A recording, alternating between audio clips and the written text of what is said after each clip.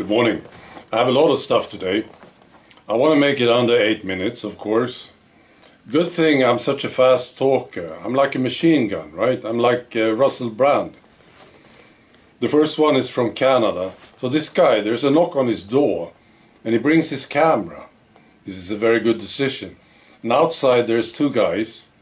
So he asks them, so who are you? And this is what one of them says. We are from Integrated National Security Enforcement Team. We have received information about a post online making statements about Prime Minister Trudeau being hung for treason, that sort of thing. Want to talk to you about that.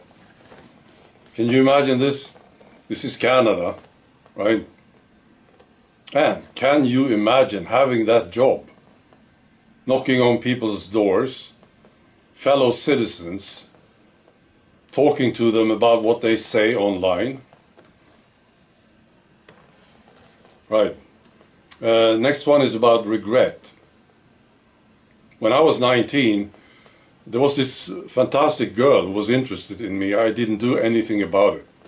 And then I regretted it for a long, long time. You know, sometimes you do things, you make mistakes and you regret it, right?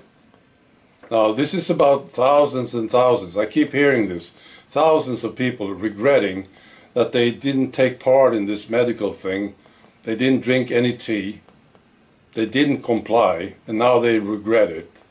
There's so many of them now, right? Seriously, can you find anyone?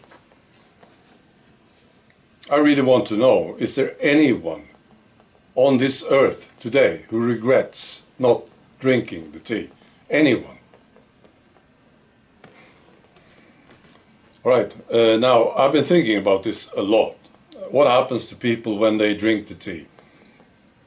Something physical absolutely happens. But does it do anything to the mind? Because I've seen some stuff and I've been wondering what's going on here. And I heard many stories about this. And now some people got together and talked about this subject. One of them was Sakarit Bhakti. It was Peter Breggin, Naomi Wolf was there. I'll post a link to the video. It's pretty uncomfortable stuff. So they are talking about this. How the tea lead to personality changes. It's a very good video. Right. And they say it's literally breaking the will of some of those who received the tea. Breaking the will. That's what I have seen. Exactly this thing. It's like life has been sucked out of people. I've seen a few examples of this. And I don't know. You know, Peter Breggin, he compared it to lobotomy.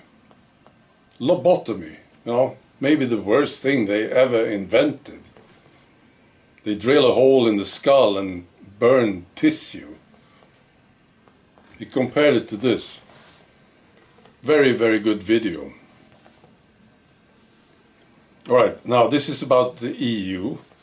You know, when EU signed the deal with Pfizer, Ursula von der Leyen, the president of the Commission, and Burla, the CEO of Pfizer, they were texting each other like good friends, right? And then they made a deal. Now there's people who are demanding to see the texts, and Ursula says, no, they are gone. I totally get it. You know, sometimes your inbox is full, you have to delete something. You know. I understand. And then there was another one, another example of this. People demanded to see the written agreement between Pfizer and Israel. And the health minister said, we lost them. We lost the papers. Right. Well, I understand. You know, you have papers lying around and maybe you didn't put them in binders and you lost them, of course. And it's not that important, is it?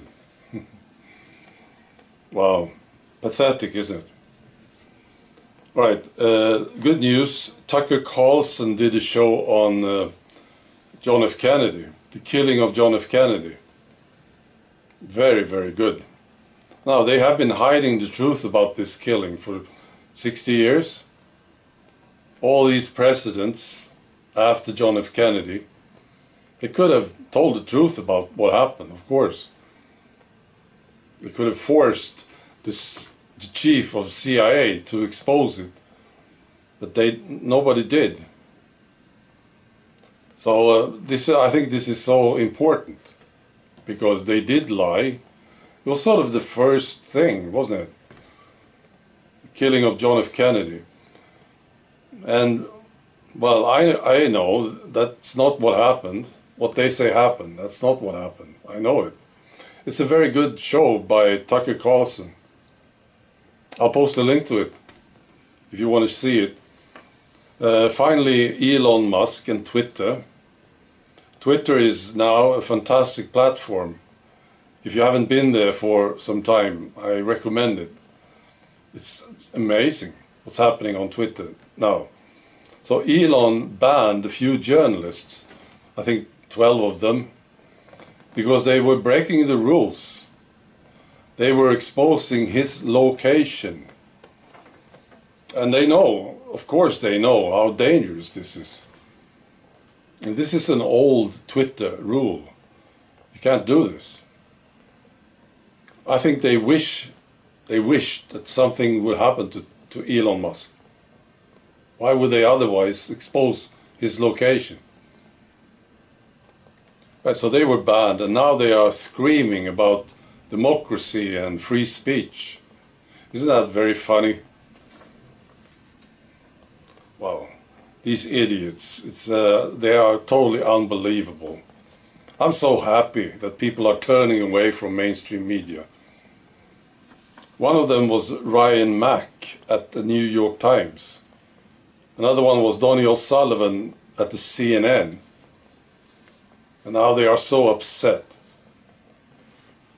Oh, we have the right to expose the location of Elon Musk. Right. They are wishing him dead. That's what I think. That would be like a big victory for them, and a good story. They could write about this. These people are so sick. All right. Was that 8 minutes? I think so. Be good.